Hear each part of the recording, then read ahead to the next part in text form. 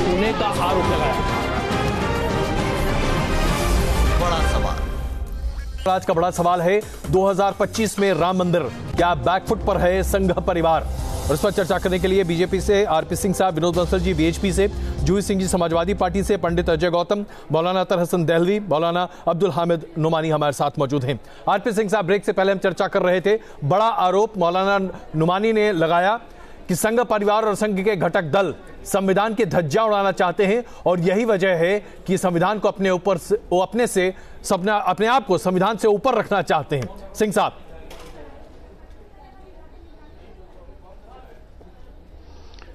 पहले तो मैं मौलाना नुमानी और हमारे जो दूसरे मित्र उनको बताना चाहता हूं कि वो कह रहे थे कि 500 डेवलपमेंट की बात। सर, आपके गांव में बिजली पहुंच चुकी है, आपके यहाँ बहनों को गैस के चूल्हे मिल चुके हैं, आपके यहाँ हर व्यक्ति को 5 लाख, हर परिवार को 5 लाख तक की हेल्थ इंश्योरेंस दी जा चुकी है।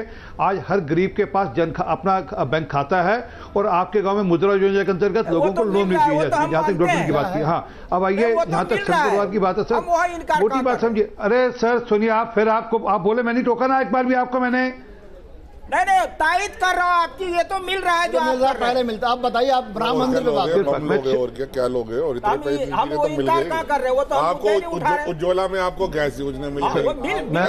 अच्छा प्लीज एक मिनट, हम आपस में बात करें तो ये अपने आप में कोई उचित नहीं है। सिंह साहब को जरा बोलने का मौका देना चाहिए, प्लीज। सिंह साहब प्लीज बोलिए। और जहां तक संघ परिवार या विचार परिवार की बात है कि कहीं कब कहा हमने, वो तो लगातार कह रहे हैं भैया कोर्ट के फैसले का इंतजार हम मोदी जी कह रहे करेंगे। संघ परिवार के लोग भी कह रहे हैं भैया अगर नहीं आता तो पार्लियामेंट का रास्ता खुला है। वो एक ऑप्शन है, डेमोक्रेसी में ऑप्शन है जी, परंतु सरकार का फैसला बड़ा क्लियर है कि हम कोर्ट के फैसले का इंतजार करेंगे। और ये पहली बार नहीं हो रहा, शाहबानो के केस में हुआ ना, कोर्ट ने फैसला दिया, उसको पार्लियामेंट ने अंडू कर दिया। तो ये पार्लियामेंट के पास अधिकार है अपना, परंतु हमारी कटिबद्धता आज भी इस बात पे है कि हम कोर्ट के फैसले का इंतजार करेंगे। चलिए, और बीजेपी का ये अपना पहले से स्टैंड है कि कोर्ट के फैसले का वो इंतजार करेंगे। आप इस बात को प्रमुखता से सामने रखें। और एक सेकंड जी सिंह साहब बोलिए प्लीज। मेरे पास जरा ये अपेक्षा भी करते हैं कि कांग्रेस के मित्र इसमें रोना नहीं अटकाएंगे। कांग्रेस से आपको क्या उम्मीद है? करते हैं कि कांग्रेस के मित्र उसमें रोना नहीं अटकाएंगे। पार्लियामेंट में इस बात कोई नई शरारत नहीं करेंगे। एक बात बता दीजिए सिंह साहब, मैं जरा इस बात को लेकर बड़ा कौतूहल में हूं। मुझे सिर्फ यह बता दीजिए कि वो तमाम वकील जो बीजेपी और कांग्रेस पार्टी के हैं, जब वो अदालत में खड़े होते हैं तो क्या पार्टी का प्रतिनिधित्व कर रहे होते हैं? क्या अरुण जेटली साहब कभी भी अदालत में बीजेपी का प्रतिनिधित्व करते थे? क्या रविशंकर प्रसाद क्या बीजेपी का प्रतिनिधित्व करते थे? आप लोग किस तरह से कहते हैं कि कांग्रेस के वकील, क्या कपिल सिब्बल कांग्रेस की तरफ से खड़े हुए अदालत में? अब कोर्ट में जाते नहीं है पार्टी। प्लीज एक मिनट जी, सिंह साहब प्लीज जवाब दीजिए। आप बताइए कपिल सिब्बल किसकी ओर से खड़े? अजय कपिल सिब्बल किसकी ओर से खड़े, ये बता दीजिए। आप मुझे बताइए, क्या कपिल सिब्बल कांग्रेस की तरफ से खड़े थे? आरपी सिंह साहब, आज इस बात को आप बता दीजिए मुझे प्लीज। एक मिनट नुमानी साहब, प्लीज एक मिनट आप ये बता दीजिए। आप मुझे नहीं, आप मुझे बताइए, मैं नहीं बता रहा कुछ, आप बताइए। आपने कहा नहीं, कपिल सिब्बल किसको रिप्रेजेंट कर रहे थे ये बताइए आप मुझे। क्या इस पूरे मामले में क्या राम मंदिर बाबरी मस्जिद जमीन विवाद में कांग्रेस पार्टी है? हां या ना बताइए मुझे। क्या कांग्रेस का उस पूरे मामले में कहीं कोई प्रतिनिधित्व है? हां या ना बताइए मुझे। क्या कपिल सिब्बल ने कभी कांग्रेस पार्टी को रिप्रेजेंट किया? हां या ना बताइए मुझे। पूरा है, पूरा कोर्ट में बताइए ना, कोर्ट सुप्रीम कोर्ट में। मैं तो उल्टा कह रहा हूं, कपिल सिब्बल किसको रिप्रेजेंट करें ये बता दीजिए मेरे को। कपिल सिब्बल आप जवाब नहीं दे पाएंगे, मैं जानता हूं, क्योंकि आपके पास इसका कोई जवाब नहीं है। चलिए मैं आपसे अच्छा कैसे कर रहे हैं वो छोड़ दीजिए। चलिए खैर, मुद्दा अलग है। आइए जरा अब मैं अपने वापस मुद्दे पर आता हूं। विनोद बंसल जी प्लीज। अजय गौतम जी प्लीज। 5 दिसंबर 2017 को कपिल सिब्बल ने कहा कि अगर 2019 से पहले इस मामले की सुनवाई, मैं इस बारे में बहस नहीं कर रहा, मैंने सिर्फ ये कहा मामले को टल जाएगा। क्योंकि सुनिए, ऐसा है, हम सब जानते हैं कि चुनाव प्रचार क्या हो रहा है, देश में आग लग जाएगी। ऐसा है पंडित अजय गौतम जी, हम बड़े अच्छे से जानते हैं कि चुनाव प्रचार कैसे किया जाता है। कृपा करके हमें समझाने की आवश्यकता मत कीजिए आप। विनोद बंसल जी, अभी यहां पर आरोप लगा कि संघ परिवार संविधान को नहीं मानता। नुमानी साहब ये आरोप लगा रहे हैं, क्या जवाब है आपका? अच्छा जी, अगर संविधान को संघ परिवार नहीं मानता तो मुझे बताइए, क्या संघ परिवार 125 साल तक कानून की शरण में जाकर के इंतजार करता रहता? आप मुझे बताइए, 60 साल हाई कोर्ट में और 8 साल सुप्रीम कोर्ट में इंतजार करता? ये देश का बहुसंख्यक हिंदू समाज है भाई। दुनिया के किसी परिदृश्य में कभी देखा है कि कोई दुनिया का कोई अल्पसंख्यक, तथाकथित अल्पसंख्यक समुदाय बहुसंख्यक समुदाय का इस प्रकार उत्पीड़न करे कि उसके आराध्य देव की जन्मभूमि पर मंदिर बनाने से उसको रोका जाए और बार बार उसके लिए कानून के लिए शरण में जाना पड़े? 125 साल तक वो कानून में भटकता रहे, फिर भी उसको न्याय न मिले, और सरकार उसकी है, फिर भी सरकार उसका साथ न दे। इसमें संघ परिवार ये सिर्फ और सिर्फ भारत के हिंदू समाज के साथ ही होता है। और ये वो लोग हैं जो थाली में खाते हैं उसी में छेद करते हैं। ये नोमानी साहब हो या कोई दूसरे साहब हो, ये बाबरी के साथ खड़े होते हैं। इनके जितने भी परिचित हैं, जिनके भी मित्र हैं, रिश्तेदार हैं, आखिरकार सुन्नी सेंट्रल वक्फ बोर्ड के नाम पर आखिरकार किसका प्रतिनिधित्व कर रहे हैं? सुन्नी सेंट्रल वक्फ बोर्ड है, बाबर का कर रहे हैं ना जी, बाबरी का कर रहे हैं ना जी, ये राम का तो नहीं कर रहे हैं। इसमें जलील साहब ये देश अयोध्या से जाना जाता है, हमारे भाई आज ये सुन लीजिए, मक्का से नहीं। जिस भाषा का इस्तेमाल विनोद बंसल जी कर रहे हैं, जिस थाली में खाओ, मैं इस भाषा में कर नहीं सकता, क्योंकि मेरा मानना है कि संतों के साथ रहने वाले व्यक्ति जिनका ये विश्वास है कि वसुधैव कुटुंबकम, जहां पे लोगों को खाना खिलाना, कौवों और कुत्तों तक को श्राद्ध में खाना खिलाया जाता हो, वो भारत में रहने वाले लोगों को थाली में जिस तरह, ये मेरे ख्याल से आजकल एक सुन लीजिए नुमानी साहब, मुझे लगता है मैं इसीलिए कह रहा हूँ अपनी बात पे कि मैं सुनिए नुमानी साहब, सीधी बात ये है कि संत समाज का सबसे ज्यादा, एक मिनट, अरे यार सुनो, आजादी वगैरह को छोड़ो, आजाद छोड़ो, आपने भैया ये लोग तो संविधान में मान रहे थे, आपने नोमानी साहब, चलिए प्लीज एक मिनट, मैं आग्रह करता हूँ, प्लीज एक मिनट। हिंदुओं से मुगलों ने लूटा था, उससे वापस ले ले। अजय गौतम जी, अजय गौतम जी, अजय गौतम जी और नुमानी साहब, अजय गौतम जी और नुमानी साहब, प्लीज एक मिनट।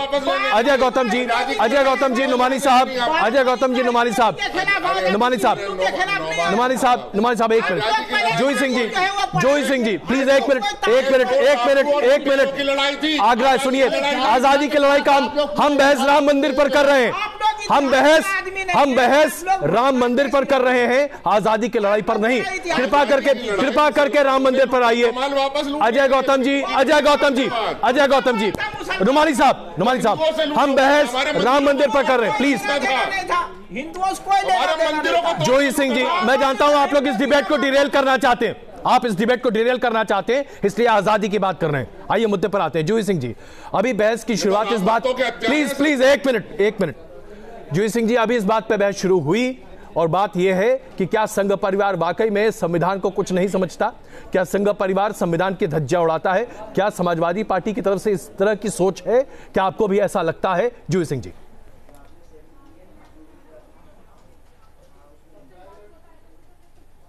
फिर भी आप कहो कि संविधान में उसका विश्वास बिल्कुल सक्रिय भागीदारी कर रहा है और सरकार को चला रहा है। ये उनकी चतुराई है, क्योंकि उनकी नॉन डेलिवेट से जमीन पर न तो किसान की आय दुगनी हुई, न 2 करोड़ रोजगार मिले। सीएजी की रिपोर्ट डीमोनेटाइजेशन पे आपने खारिज कर दी। सीएजी की रिपोर्ट आपने स्वच्छ भारत घोटाले पर बताई नहीं, क्योंकि आप चाहते नहीं हैं लोग जाने।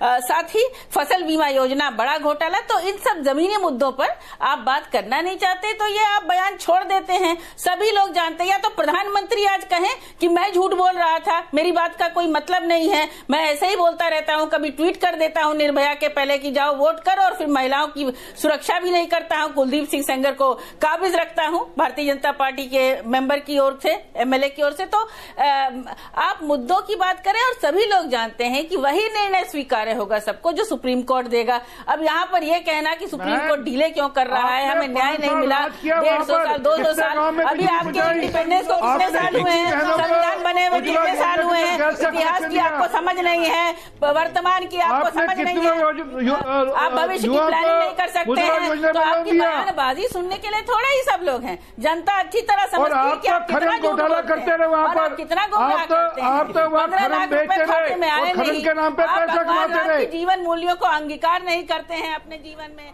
जो आज अंदर ये भगवान राम देखकर तो बिल्कुल खुश नहीं हो रहे होंगे। अगर आप वास्तव में उन पर आस्था रखते हैं तो थोड़ा सा सम्मान से, थोड़ा सा तमीज से।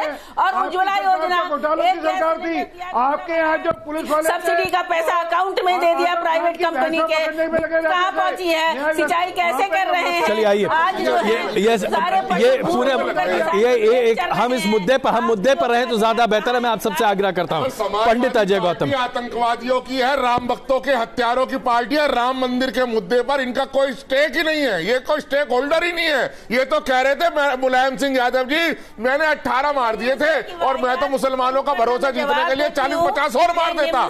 अरे आप तो खुलेआम राम भक्तों की सुपारी लेने वाली पार्टी हो।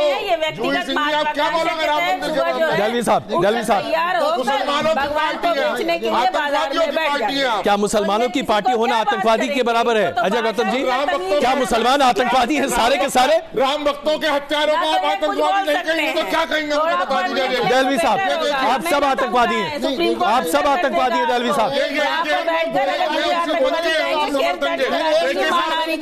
बोलिए मत ज्यादा, ये बकबक किसी और से करिएगा जाकर। ये पैनल है, सम्मानित पैनल है, आप बोलने की तमीज रखिए। और तमीज नहीं आती है तो जाइए, भगवान राम के मंदिर बनाने लायक आप तो नहीं है बिल्कुल। एक तरह धमकाने की आप किसी को कहेंगे आतंकवादी हुआ, आप होते कौन है? हमारे विद्या को स्थापित कर लो।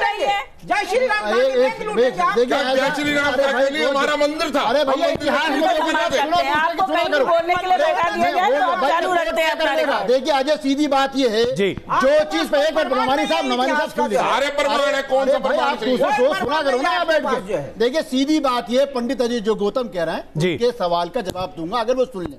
यकीनी तौर से जूही सिंह की पार्टी ने मुलायम सिंह यादव ने गोली चलवाई ना, हम फिर आपसे कहते हैं आपकी राम भक्ति फ्लेक्सिबल है, अजय गौतम जी की हो या बंसल साहब की हो या आरपी सिंह साहब की हो।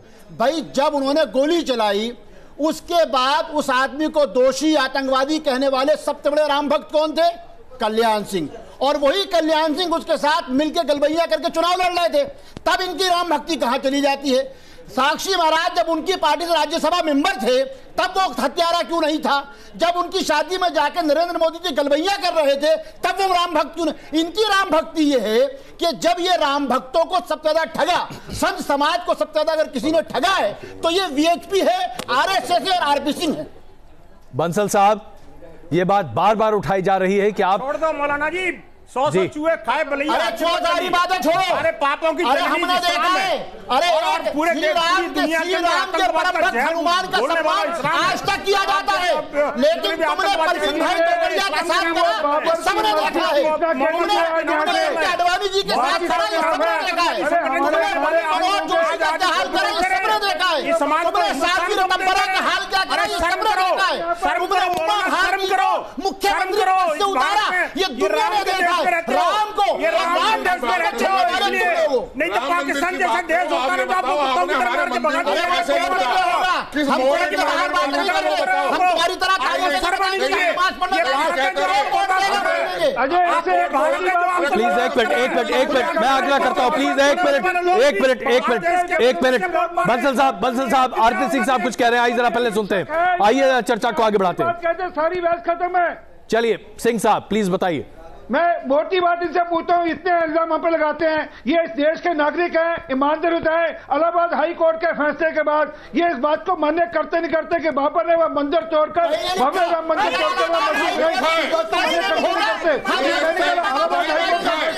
उसको चैलेंज नहीं किया किसी ने। अच्छा मैं आग्रह कर रहा हूँ, एक एक करके बोलिए, एक एक करके बोलिए। बाबर ने स्टेज पे राम मंदिर तोड़कर मस्जिद बनाई थी एंकर की मौजूदगी में और न्यूज नेशन जैसे जिम्मेदार चैनल पे कहता हूं, उस कोर्ट के शब्द ये हैं कि इस तरीके के प्रमाण मिले कि वहां प्राचीन मंदिर के प्रमाण हमको मिले हैं, परंतु 450 साल से एक ढांचा एक इमारत वहां मौजूद थी। ये शब्द हैं। अगर कहीं भी लिखा हो कि वहां मंदिर तोड़ के मस्जिद बनाई गई हो तो मैं भी दावे के साथ कहूंगा कि हम अपना मुकदमा वापस ले लेंगे।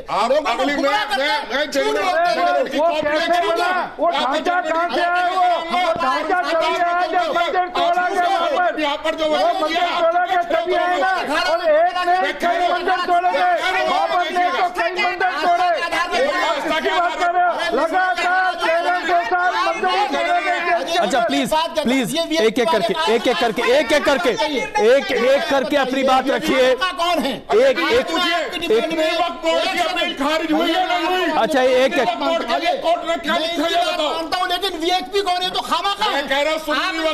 अच्छा आइए सबसे पहले इस बात का फैसला कर लें। एक मिनट अजय गौतम जी वीएचपी तो खामखा है। No relief granted, appeal dismiss, order 7 rule 7 appeal dismiss. Allahabad high court ने जजमेंट सुन्नी वक्फ बोर्ड की अपील डिसमिस करी है। मैं कहता हूँ सुन्नी वक्फ बोर्ड का ऑर्डर बताइए क्या लिखा है। Appeal dismiss, no relief grant, ये लिखा है ऑर्डर में। अच्छा चलिए आइए जरा इस बारीक प्लीज एक मिनट आइए जरा इस बारीक मुद्दे पर जरा 2 मिनट। अजय गौतम जी अभी दहलवी जी ने खुलेआम चुनौती दी है और कहा है कि अगर 2010 के इलाहाबाद हाईकोर्ट के जजमेंट में कहीं पर भी ये लिखा हुआ कोर्ट की तरफ से लिखा हुआ ये मिल जाए कि मस्जिद बनाई गई मंदिर तोड़कर, तो केस वापस ले लिया जाएगा। इससे बड़ी चुनौती आपके सामने नहीं हो सकती। आप साबित कीजिए और उसके साथ साथ केस वापस कराइए। वो छोड़ दीजिए, वो छोड़िए उस मस्जिद के नीचे पाए गए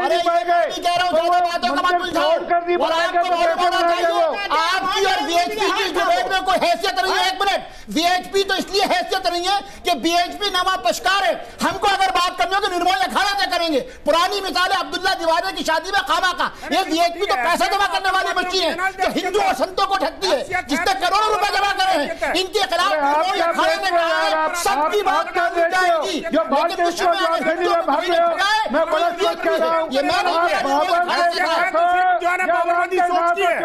हैसियत देश की नहीं है, हैसियत राम की नहीं है, हैसियत भगवान की नहीं है। एक सेकंड प्लीज जरा सुनिए तो सही वो क्या कह रहे हैं। मक्का मदीना की हैसियत है। अरे शर्म करो, मैंने जो बात कही थी स्टार्टिंग में वो ठीक गई थी। जिस थाली में खाते हो उसी में छेद करते बोलना। थाली में खाते हो उसी में प्रूफ करें। अच्छा चलिए एक सेकंड प्लीज नहीं। अच्छा अजय गौतम जी सुप्रीम कोर्ट अजय गौतम